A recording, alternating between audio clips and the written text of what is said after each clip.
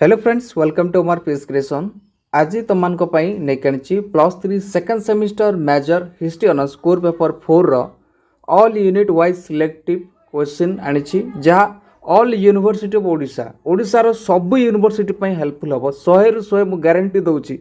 Okay ओडिशार all university ये question आसो यहाँ तुम लॉन्ग सिलेक्टिव क्वेश्चन अटे जोटा कि सब यूनिवर्सिटी आसो। ओके सो जो मैंने ये नुआ अच्छा ए चैनल को लाइक शेयर सब्सक्राइब करदे निज सांग मान शेयर करदेव। ओके एवं भिडियोटा शेष पर्यंत देख जो मैंने सर्ट सिलेक्ट 2 मार्क्स और 3 मार्क्स देखा चाहूँ आम अलरेडी तार वीडियो अपलोड करूँ चेकआउट करनब कि डेस्क्रिप्शन लिंक देदेवी चेकआउट कर देखी नब जहाँ निश्चित भाव में 100 ରୁ 100% गारंटी देवी आसो तुम मान एग्जामिनेशन। ओके आम देखा जोटा यहाँ हूँ तुम लॉन्ग सिलेक्टिव क्वेश्चन जोटा कि कोर 4 रही अच्छी जहाँ सब यूनिवर्सिटी तुम कलाहांडी यूनिवर्सिटी है Sambalpur Utkal university Ramadevi university Fakirmohan university Gangadhar Meher university all ओडिशार ऑल यूनिवर्सिटी आसो मो गारंटी दूसरी जदि न आसिला ताल मते कमेंट्स करिवो श्योर शॉर्ट निश्चित भाव में आसो यूनिट वाइज मुझे सिलेक्टिव करछि जहाँ निश्चित भाव में तुम एग्जामिनेशन आसो। हाँ हुए तो तुम क्वेश्चन टिके एपटे सेपटे कर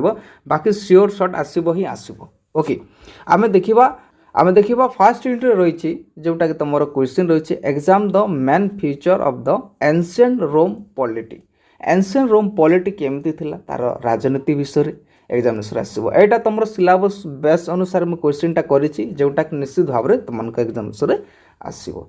जूलियस सीजर विषय आसो। ओके कलाहांडी यूनिवर्सिटी न आसला ब्रह्मपुर यूनिवर्सिटी आसो कि उत्कल यूनिवर्सिटी आसो। जूलियस सीजर को कौटा आसो जदि जूलियस सीजर तार उत्थान बा पतन आसीपे कि जूलियस सीजर जो अचिवमेंट करते ता विषय आसीपे सियोर से निश्चित भाव में आसो।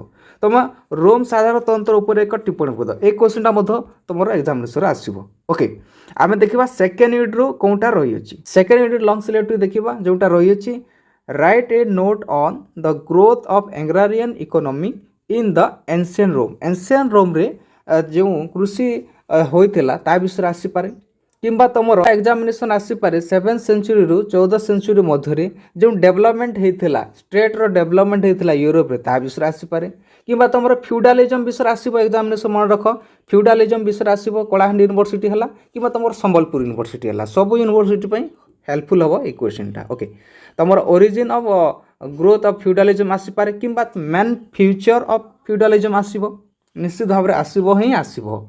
सामंतवादर उपकारिता और अपकारिता एक विवरण प्रदान कर क्वेश्चनटा मतलब आसो बहुत हेल्पफुल क्वेश्चनटा आज तुम आनी जहाँ निश्चित भाव में तुम एग्जामिनेशन आसो सब यूनिवर्सिटी हेल्पफुल हम। ओके थर्ड यूनिट सिलेक्टिव देखा analyse the role of the church as the centre of religion and culture in medieval Europe ये जो चर्च विषय में एग्जामिनेशन आसूँ।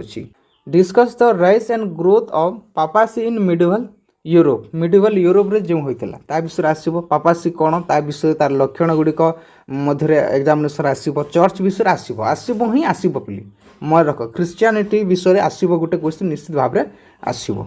ओके आम देखा 4 यूनिट कौन रही बर्तमान देखा 4 यूनिट लॉन्ग सिलेक्टिव क्वेश्चनटा track the rise of Islam Islam धर्म विषय आसीपे कि तुम सेरिया विषय आसो एग्जामिनेशन मन रख।